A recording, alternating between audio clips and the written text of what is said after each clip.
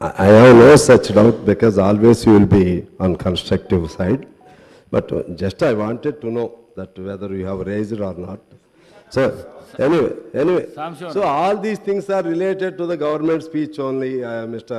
Brother Harish Garu. All whatever we have spoken here, everybody spoke something. Everybody spoke something. దీనిలో ఈ budget అదే మన governor speech కి సంబంధించి అన్ని వచ్చినాయి గవర్నర్ నేను ఇంకా మీకు చెప్పాలంటే అంటే అదే మీకు వచ్చిన ప్రాబ్లం. అందుకే మమ్మల్ని అన్చేయండి, మా వాయిస్ కూడా అన్చేయండి. ఏం చెప్తున్నారు మీరు వినిపించుకోకపోతే ఎలా సార్? దయచేసి మేమేం చెప్తున్నామో వాళ్ళు అర్థం చేసుకోవట్లా. మేమేం చెప్తున్నాం, మమ్మల్ని మీరు ఏం చేయలేరండి, బయటకు పంపిస్తారు. పంపిండి మాట్లాడకూడదు, వెళ్ళిపోమంటే వెళ్ళిపోతాం.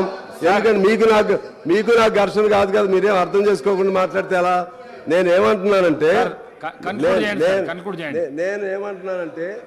ఇటువంటివి హామీలు సహజంగా ప్రతి గవర్నమెంట్ కూడా చేస్తూ ఉంటుంది. ఉన్నప్పుడు దాన్ని అమలుకి ఎలా చేయాలని నేను చెప్తుంటే అప్పుడు భూమికి సంబంధించి కానీ ఇలా మీరు మమ్మల్ని బెదిరించలేరండి. హరీష్ గారు మమ్మల్ని బెదిరించకండి ప్లీజ్ సార్. మీరు ఇలా డిబేట్ చేస్తే ఇలా బెదిరిస్తారండి? ఒక వ్యక్తి మాట్లాడుతుంటే అరుస్తారా, బెదిరిస్తారా? ఇది సభ ఇదండి, సభ సార్ మీరు చెప్పండి సార్, సభ మర్యాద అండి, సభ భద్రత. నేను మాట్లాడేటప్పుడు నన్ను మాట్లాడాలి, వాళ్ళు ఏమన్నా మాట్లాడవచ్చు. గౌరవ సభ్యులు మాట్లాడుతూ ఉన్నారు. గౌరవ సభ్యులు మాట్లాడిన తర్వాత ప్రతిపక్షానికి సంబంధించి ఏదైనా మాట్లాడి ప్రతిసారి గౌరవ సభ్యుని ప్రతిసారి ఆపుతా ఉన్నట్టు సార్. ఈ పద్ధతి కాదు. వాళ్ళు ఏం చెప్తారు చెప్పారు, మిగతా సభ్యులు చెప్పిన మౌనంగా ఉన్నారు కదా సార్. ఒకటి తెలుసు కదా నేను చెప్పాను అధ్యక్ష, నేనేమన్నానంటే అప్పుడు కూడా చాలా వాగ్దానాలు చేశారు. సరే పోనీ, అదేంటంటే పబ్లిక్ మీటింగ్స్ చెప్పి ఉండొచ్చు, మేనిఫెస్టో లేకపోవచ్చు. కానీ 3 ఎకరాలు అనేది ఉంది కదా, డబుల్ బెడ్రూమ్ అనేది ఉంది కదా, ఇంకా చాలా దళిత బంధు అనేది ఉంది కదా. నేను అనేది ఏంటంటే నేను దళిత బంధు సార్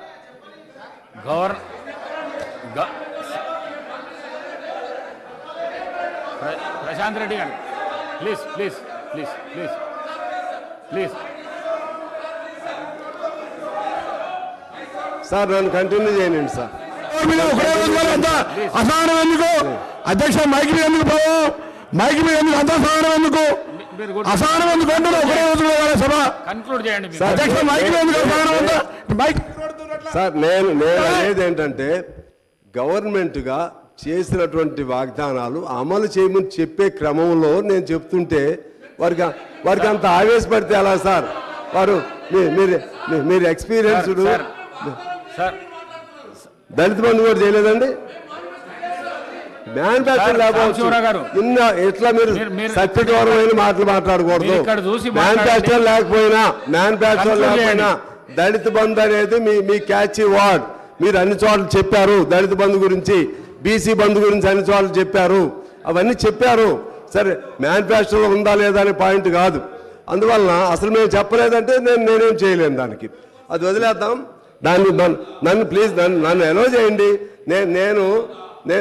నేను ఇక్కడ సెంటర్లో కూర్చుని ఉండా సార్.